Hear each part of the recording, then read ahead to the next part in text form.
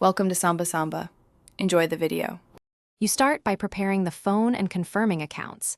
Back up important data, charge the battery to at least 50%, and make sure you remember the Google account used on the device. Once done, power the Realme off. Next, press and hold power plus volume down until the recovery menu appears.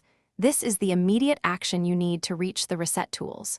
Make sure to have a USB cable and PC available if you plan to use alternate tools later. Now perform the core removal step. In recovery, navigate with volume keys to wipe data/factory reset and press power to select it. Confirm the choice. This erases user data and removes the lock screen, but does not delete files on a micro SD unless you choose that option.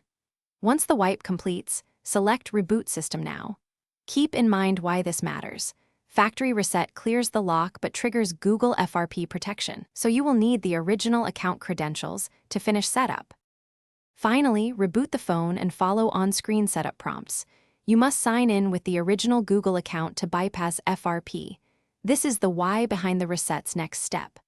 Once signed in, restore your backup and re-enable security options as desired. If the device still asks for credentials you do not have, pause. Contact Realme support or your retailer with proof of purchase so they can verify ownership. That troubleshooting route resolves FRP holds when account recovery isn't possible.